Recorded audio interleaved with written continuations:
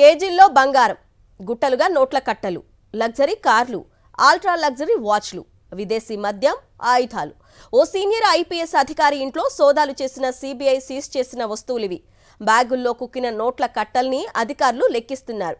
ఇప్పటి వరకు 7 కోట్ల వరకు లెక్క తేలింది. పంజాబ్కు చెందిన డీఐజీ హరిచరణ్ సింగ్ బుల్లర్ను నిన్న లంచం కేసులో సిబిఐ అరెస్టు చేసింది.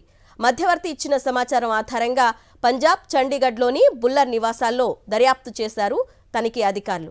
ఈ క్రమంలో 1.5 కేజీల బంగారం, 7 కోట్లకు పైగా క్యాష్ సీజ్ చేశారు.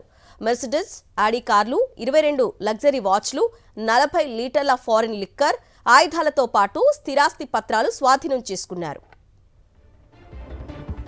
హెచ్ఎస్ బుల్లర్ 2009 బ్యాచ్కు చెందిన ఐపీఎస్ అధికారి, పంజాబ్ రోపర్ రేంజ్ డీఐజీగా ఉన్నారు. ఒక వ్యాపారవేత్తపై నమోదైన ఎఫ్ఐఆర్ను సెటిల్ చేసేందుకు బుల్లర్ 8 లక్షలు డిమాండ్ చేసినట్లు సమాచారం. ఈ క్యాష్ తీసుకుంటున్న మధ్యవర్తి రెడ్ హ్యాండెడ్గా దర్యాప్తు అధికారులకు చిక్కాడు. అతడు ఇచ్చిన సమాచారం ఆధారంగా హెచ్ఎస్ బుల్లర్ ఇళ్లు, కార్యాలయాలపై దాడులు చేసింది సిబిఐ టీం. భారీగా క్యాష్, బంగారం, ఇతర వస్తువులు స్వాధీనం చేసుకుంది.